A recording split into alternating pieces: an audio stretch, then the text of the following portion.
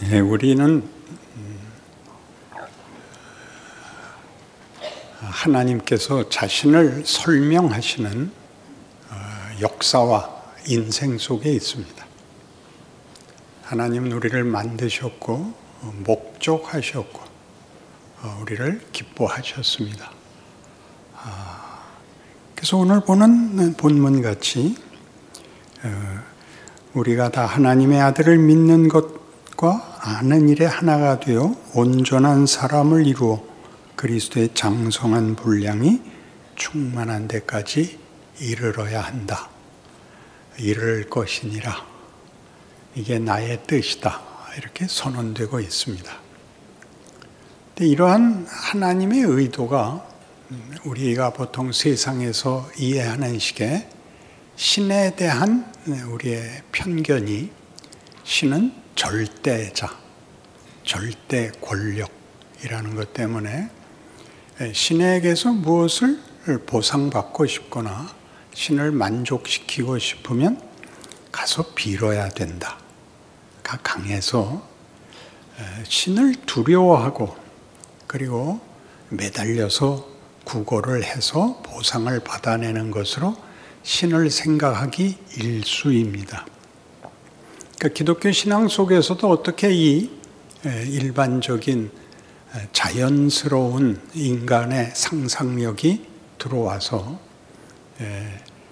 기독교도 결국은 공포로 표현되는 게 더 많습니다. 너 예수 안 믿으면 지옥 가, 벌 받아. 너 하나님이 너 알면 너 가만두지 않아. 이런 말들이 더 자연스럽고 당연하고 하나님이 우리를 만들어 가시는 일에 얼마나 집중하고 계시는가에 대해서는 우리는 서로 할 말이 없습니다. 여기가 오늘 우리가 넘어서야 할 성경 증언에 관한 새로운 이해입니다. 우리는 앞서서 율법이 경기장이다 이렇게 비유적으로 이해하기로 했습니다. 그리고 신약에 들어오면 그 경기장이 끝이 아니라 그 경기장은 경기를 해야 되는 것이다 라는 데를 오게 됐죠. 그러니까 구약 내내 이 경기장의 규격을 분명히 하는 일과 경기장 안에 붙들어 놓는 일이 구약 내내의 이야기였다면 신약에 오면 최초로 예수님이 이 경기장은 어떤 경기를 하는 것인가 라고 하나님의 깊은 내용을 이제 공연하십니다. 그것은 사랑이었습니다. 승부가 아니고 사랑이었죠. 우리가 멋진 경기를 보면 그 서로 상대방을 이겨야 되는 일에 치사하게 구는 승부에 집착하는 선수들도 얼마든지 보고 그러나 경기를 마치고 나면 서로 상대가 원수가 아니라 파트너라는 사실로 둘이 함께 예술 공연을 했다라는 감사를 표하는 일도 우리는 동시에 봅니다. 그러니 하나님께서 우리에게 베푸시는 구원, 하나님이 창조주 되시고 심판자 되시고 영원한 복을 약속하셨다 하는 이 대목에서 그러니까 구원이 자칫 잘못하면 면죄받은 것, 사면을 받은 것이 전부인 그래서 늘 엉엉 우는 그리고 잘못을 할 때마다 돌아와 고백을 하고 회개를 하고 용서를 빌어서 다시 마음의 안정을 취하는 것이 전부이고 자라난다는 개념에 대해서는 우리 한국교회가 아직 그 소개가 설명이 적다 이런 생각을 가지게 됩니다. 그러니까 지금 오늘 본문으로 읽은 본문을 다시 한번 보시면 우리가 다 하나님의 아들을 믿는 것과 아는 일에 하나가 되어 온전한 사람을 이루어 그리스도의 장성한 분량이 충만한 데까지 이릅니다. 온전한 사람으로의 목표가 있습니다. 그러니까 면죄를 받고 사면을 받은 게 문제가 아니라 여기로 자라나야 됩니다. 잘 아시는 구약 역사는 애굽을 나오는 것이 구원이 아니라 가나안에 들어가는 것이 구원의 목표입니다. 그런데 가나안을 가려면 애굽을 나와야 되는 것입니다. 구약 내내 이스라엘이 꾸중을 듣는 것은 결국 가나안 들어가는 것을 실패하고 나오기는 했는데 그냥 헛된 시간을 보내고 말았다. 그래서 히브리서에 가면 그 사건을 인용하여 신약 성도들에게 너희는 그러지 마라. 목적하는 데를 가라. 이렇게 얘기합니다. 목적하는 데를 간다는 것, 온전한 사람으로 그리스도의 장성한 분량이 충만한 데까지 간다는 것은 구체적으로 어떻게 이해하고 실현할 수 있는가 하는 문제를 다루어야죠. 그래서 그 14절, 이는 우리가 이제부터 어린아이가 되지 아니하여 사람의 속임수와 간사한 유혹에 빠져 온갖 교훈의 풍조에 밀려 요동하지 않게 하려 함이라. 어떤 속임수일까요? 어떤 간사한 유혹이 있을까요? 그러니까 신은 다 똑같아. 신은 겁을 주고 우리를 굴복시키고 자기 하수인으로 쓸 뿐이야. 그냥 달래는 거 주고 너도 내 필요한 거 받아와. 이렇게 돼버렸다는 거죠, 신이. 그러나 성경은 전혀 그렇게 얘기하지 않는 것이, 다음을 보시면 오직 사랑 안에서 참된 것을 하여 범사에 그에게까지 자랄지라. 그는 머리니 곧 그리스도라. 사랑이라는 말이 등장하는 종교가 없습니다. 기독교만 사랑이라는 말을 하는데 사랑은 굉장히 중요한 단어입니다. 사랑의 반대말을 여러 가지 예를 들었는데 혹 기억하고 계시나요? 사랑의 반대말은 뭐다? 사랑의 반대말은 증오일 수도 있다. 외면일 수도 있다. 그러나 성경에서 사랑의 반대말은 공포입니다. 하나님은 사랑이시다. 요한일서 4장의 그 증언에서 두려워하는 자는 아직 주 안에서 온전한 신앙의 자리에 이르지 못한 것이다. 이렇게 되어 있습니다. 그러니 여러분, 구원을 받고 나면 구원이란 우리의 잘못, 그래서 그 형벌로 지옥 갈 것을 면하게 된 것이 구원이 아니라 어디를 가자고 불러낸 것입니다. 우리가 어디에 있었는가는 중요하지 않습니다. 우리가 있었던 데는 하나님이 없는 데였고, 하나님이 없는 곳은 요한복음 15장에 포도나무 비유로 여러 번 얘기했듯이 거기는 생명에서 끊어진 자리, 하나님과의 관계가 끊어진 자리는 모든 것이, 모든 가치가 헛됩니다. 성공도 헛되고, 유능한 것도 헛되고, 건강한 것도 헛되고, 다 거짓말이 되고 맙니다. 왜요? 다 소멸되며, 다 외면되며, 다 망하고 말기 때문입니다. 그것과 달리 성경이 구원을 얘기할 때는 사랑을 제시하며 영생이라는 단어를 쓰죠. 영생이라는 건 끝없이 자라는 것입니다. 자라는 싸움, 어떤 아름다움과 풍성함과 가치와 진리와 우리의 마음의 항복에 대하여 성경이 구원을 논하고 있는데, 우리는 구원을 이렇게 용서받는 것에 불과한 수준에서 들락거리고 있기 때문에 잘못을 회개해서 흠을 지우는 신앙 행위는 있어도 그 잘못이 자라나는 과정에서 있을 수밖에 없다고 성경이 인정하고 있다는 건 받아들이지 않습니다. 우리는 그 잘못들이 아주 큰 잘못일지라도 그 잘못이 우리를 크게 한다는 걸 믿습니다. 그리고 어린 아이 때 잘못을 하지 않는 것은 가서 검사를 받아봐야 됩니다. 우리 애는 평생 거짓말을 안 했어. 그러면 심각한 겁니다. 이빨이 없어. 그런 거하고 똑같은 얘기인데, 이게 면죄받는 것이 전부인 시기였기 때문에 잘못에 대하여 이렇게 절대 잘못은 용서될 수도, 해서도 안 되는 것으로 되어 있지만 우리가 우리 인생에서 얼마든지 보듯이 우리는 다 죄인이었고 우리는 하나님을 몰랐고 찾지 않았을 때 하나님은 구원을 시작하시는 겁니다. 그러니까 그때 목적을 두시는 거죠. 우리 신약 다시 보기에 전체 본문이 에베소서 1장 3절에서 6절이었는데 그것이 결국은 어디로 우리를 인도했냐면 그리스도 예수 안에서 우리에게 거저 주시는 바 그의 은혜의 영광이었죠.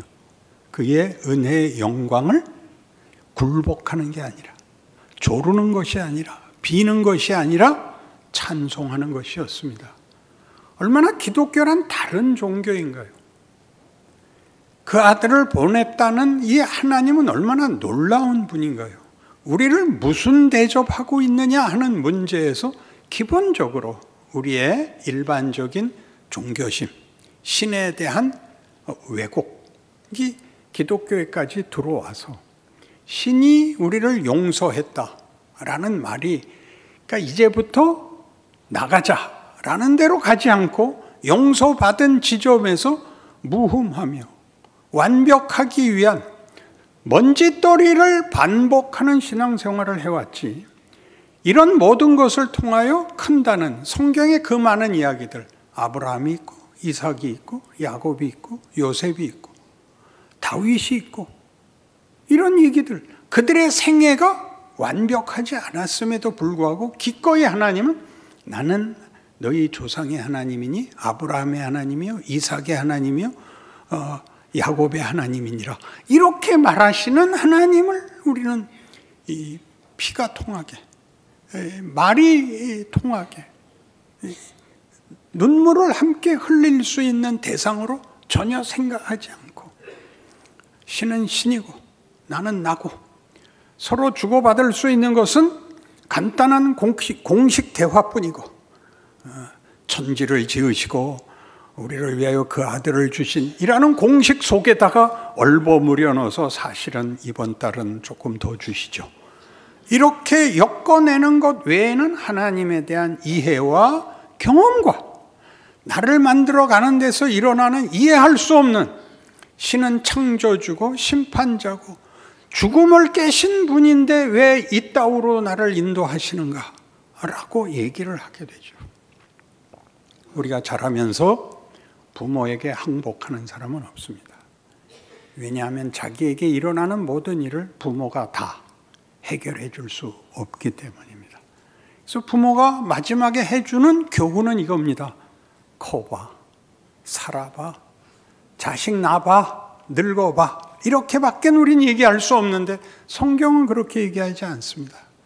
나는 시작이요 끝이니라, 나는 알파요 오메가니라, 이렇게 나오는 하나님의 의지를 가지고 인류 역사 내내 우주라는 세계 전부 창조주로서 모든 존재에 대하여, 존재의 가치와 운명에 대하여 내가 책임을 지고 있다, 내가 창조 때 가졌던 뜻을 난 포기하지 않았다 라는 하나님의 말씀이 얼마나 굉장한 것인지, 어떻게 우리의 현실에 절망과 후회와 원망의 그 고백을 끌어넣을 수 있는지에 대해서는 우리가 너무나 모르고 있다. 여길 뚫어야 된다, 그런 말입니다. 그래서 예수님께서 이렇게 얘기했다는 거 기억하시세요? 새 계명을 너희에게 주노니 서로 사랑하라. 기독교는 사랑 타령이라고요. 하나님이 세상을 사랑하사 독생자를 주십니다. 그러니까 거기는 겁을 주는 요소가 없다고요. 사랑의 반대말이 뭐라고요? 공포라고요.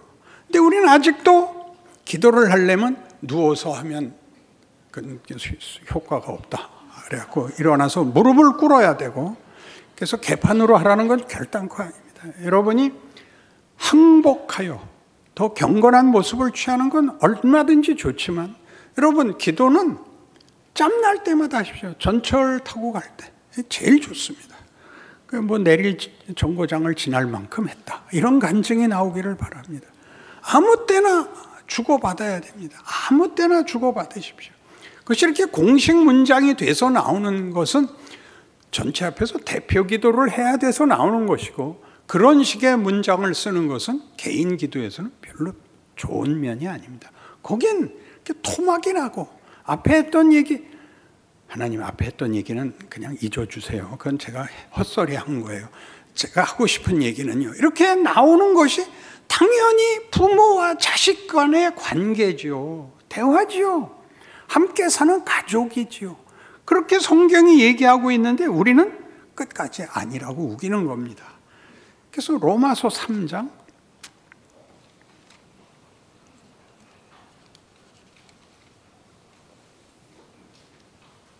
23절 이하의 말씀을 제가 보겠습니다.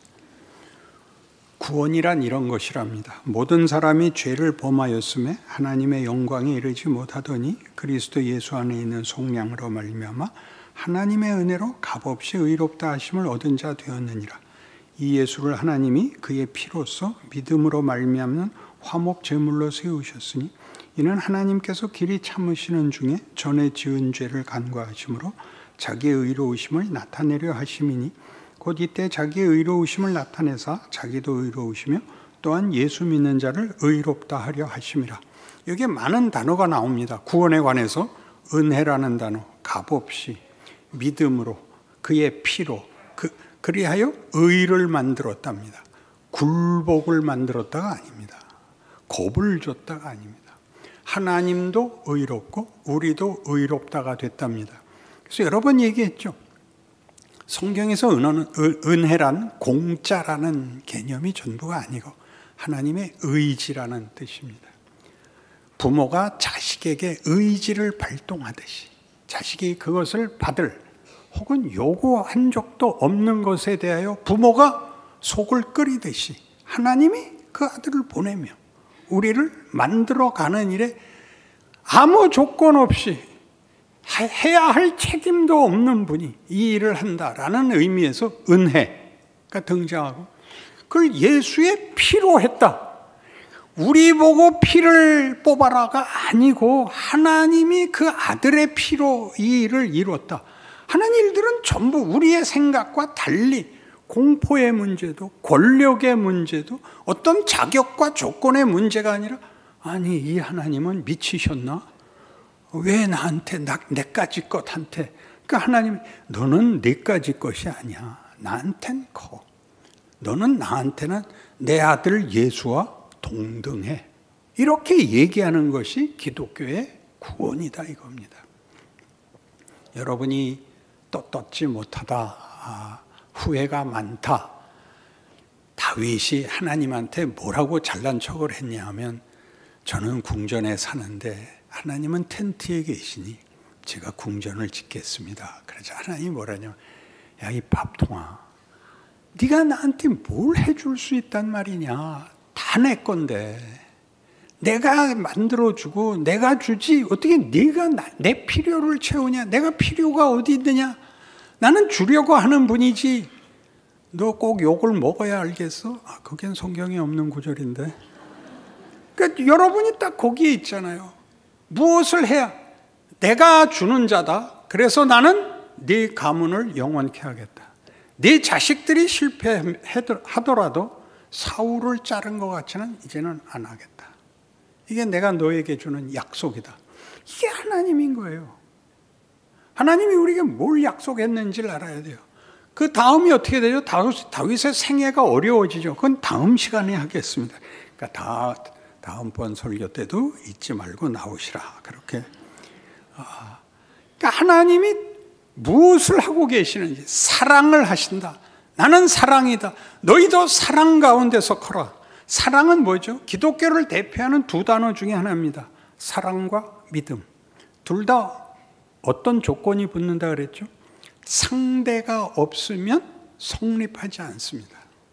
상대가 있어야 성립이 됩니다.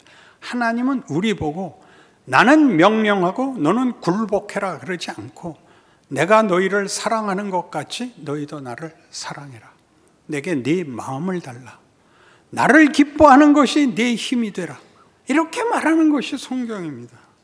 그러니까 새삼스럽게 여러분의 현실에 대하여 생각하셔야 옳습니다. 여러분, 현실은 그러니까 예수를 믿어서 난 천국가가 아니라 예수를 믿었기 때문에 나는 다른 사람과 다른 보호자가 있어. 나에게는 돕는 이가 있어. 나를 기업고 승리케 할 난 백이 있어 하는 그 넘침, 그 여유가 여러분을 관용과 용서와 공감과 세상 모든 죄짐을 진 사람들 앞에, 죄짐은 거기서 하나님 모르는 것입니다. 자기를 자기가 돌봐야 되는, 그래서 힘에 부처하는 사람들 앞에 우리에게는 이런 부모가 있어 라는 자의 여유로 그들을 맞이해야 된다고 가르치는 것입니다. 그래서 에베소서로 돌아오시면 에베소서 5장이 전체 이 얘기니까 여러분 집에 가셔서 다시 한번 보십시오. 신자는 현실에서 어떤 식의 성장과 내용을 가지는가. 5장 1절, 그러므로 사랑을 받는 자녀같이 너희는 하나님을 본받는 자가 되고 그리스도께서 너희를 사랑하신 것 같이 너희도 사랑 가운데서 행하라. 그는 우리를 위하여 자신을 버리사 향기로운 제물과 희생 제물로 하나님께 드리셨느니라. 놀랍죠? 세상 사람들은 서로 간의 관계가 먹고 먹히는 관계, 약육강식입니다. 생존 경쟁은 얕보이면 먹힙니다. 그러나 기독교 신앙 안에 들어오면 우리는 세상이 우리에게 뺏어갈 것이 없다는 걸 알게 됩니다. 우리가 가진 것은 신분, 지위, 운명, 사랑, 진리. 이것은 세상은 뺏어가지 못합니다. 세상은 살아내기 위하여 가진 것을 뺏어가고 이름을 뺏어가는 것이 전부이죠. 그러나 우리가 인생을 살면서 배우듯이 이웃을 뺏어서 내 것을 채워서는 인간이라는 존재의 근원적인 내용이 만족되지 않습니다. 인간 존재의 근원적인 내용이란 뭘까요? 인간이란 뭐냐 하는 것입니다. 그저 한 인생 살고 죽는 것이냐? 세상 사람들은 그 체념 속에서 살아야 됩니다. 어차피 죽고 말 거니까 살아있는 동안만큼은 한 건 하자. 이렇게 살 수밖에 없다면 우리는 다르게 사는 거죠. 우리는 영생을 사는 자들이고 우리는 인간이라는 것이 하나님에 의해서 어떤 명예와 어떤 영광과 어떤 능력을 갖고 있는지를 알게 됩니다. 어떤 능력이요? 용서할 수 있습니다. 기다려줄 수 있습니다. 공감해 줄 수 있습니다. 이게 다릅니다. 세상 속에 들어가서 직장 생활을 하시거나 이웃을 만났을 때 이게 해퍼 보이고 순진해 보이면 잡아먹힙니다. 그러니까 예수 믿는다고 늘 헬렐레 하고 다녀서는 안 됩니다. 똑바로 법을 지키면서 정당한 경쟁을 해야죠. 그러나 우리는 그것이 전쟁이 되지는 않습니다. 세상은 전쟁입니다. 죽여야 됩니다. 우리는 경기입니다. 경기는 다르죠. 그래서 우리 세상 사람들, 믿지 않는 자들의 어떤 우리와 다른 문제들로 인한 모든 문제에 대하여 그것을 경기로 받아들입니다. 경기의 파트너로 받아들이지 죽여야 살지 않습니다.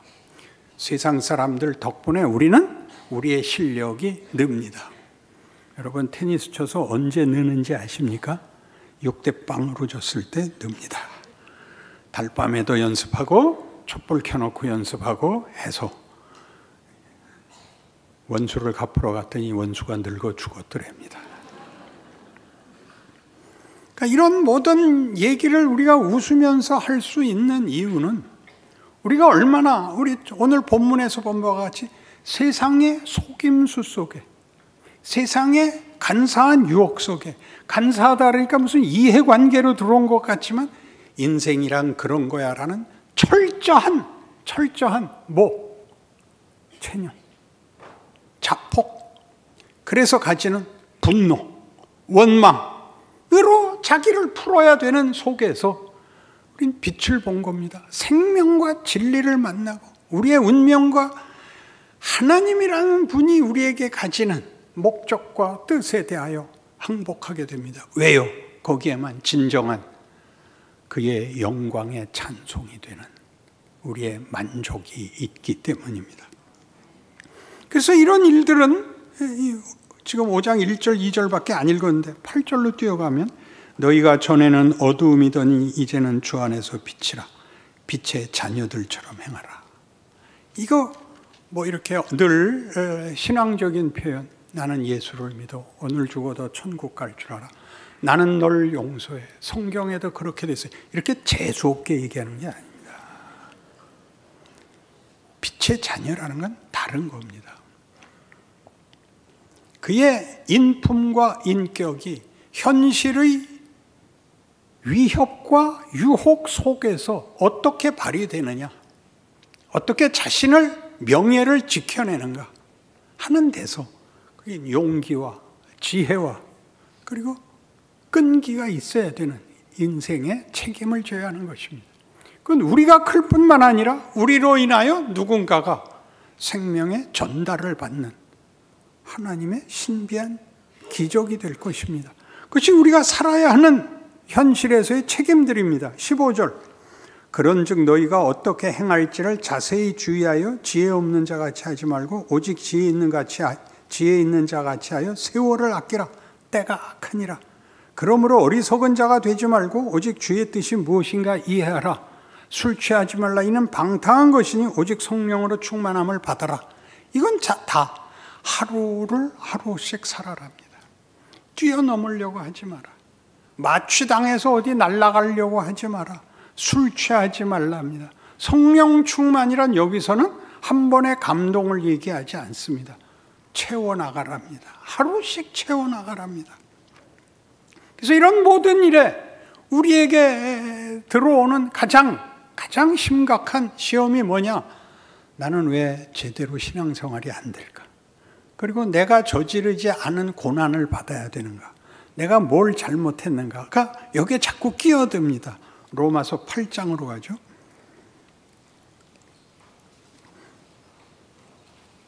로마서 8장 1절.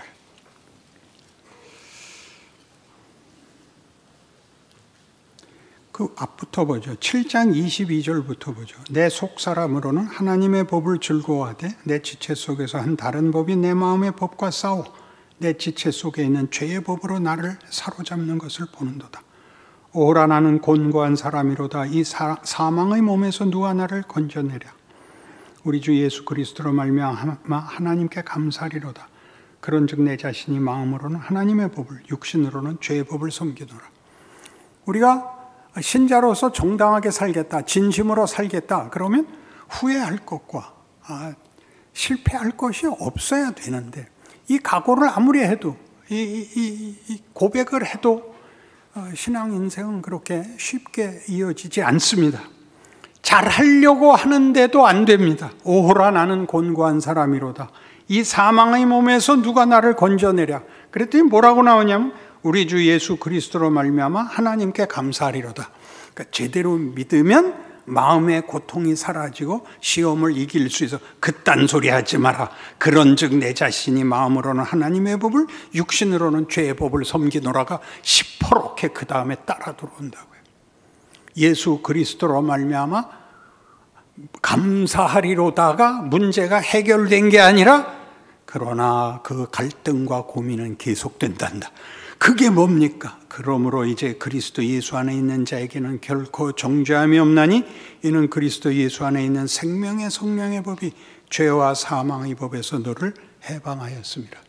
너는 잘못하면 지옥 가고 잘하면 천국 가는 신분에서 벗어나 크는 성장에 붙들려 와 있다.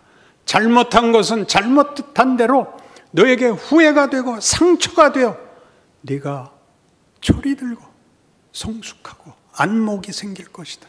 너에게 일어나는 어떤 일도 너를 해치거나 너를 망하게 할 수 있는 것은 없단다가 뒤에 나옵니다. 같은 로마서 8장 12절.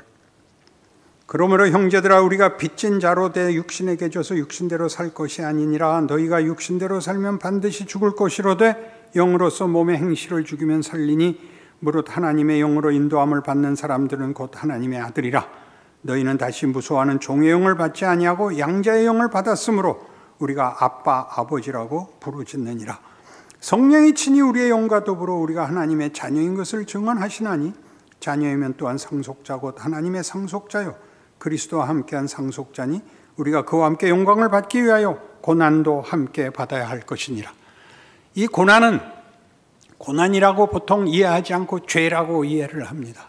잘못했죠. 거짓말했습니다. 오늘도 화를 냈습니다. 집어 던졌습니다. 네, 그런 고난을 겪어야 된답니다. 왜요? 커야 되니까요.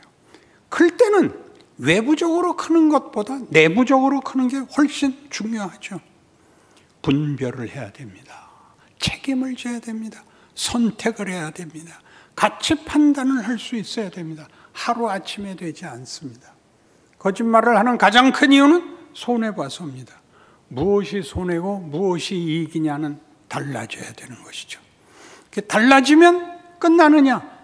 천국에 가는 동안 내내 우리는 미완성이고 완성을 향하여 나가는 길에 있고 그것이 우리를 키우고 나와 만나는 모든 이웃 앞에 증거가 된다. 이렇게 얘기하는 것이 신앙 인생인 것입니다. 그래서 그리스도와 함께한 상속자로서 그 영광을 나누는 법이 고난이라는 겁니다. 예수님이 이 땅에 오셔서 하나님의 사랑을 증언하시고 하나님이 우리 편이라는 걸 증언하시기 위하여 죽습니다. 우리 손에 죽습니다. 우리 손에. 히브리서 5장 8절에서는 그가 아들이시라도 받으신 고난으로 순종함을 배워서 온전하게 되셨은즉 이제 우리를 위한 대제사장이 되기에 마땅하니라. 예수님에게 온전해질 게 뭐가 있어요? 죄의 자리에까지 들어와 보신 겁니다. 하나님을 외면한 자리에까지. 거기까지 너희가 외면했던 자리까지 내가 들어와서 하나님이 없는 자리는 이제 없어졌느니라.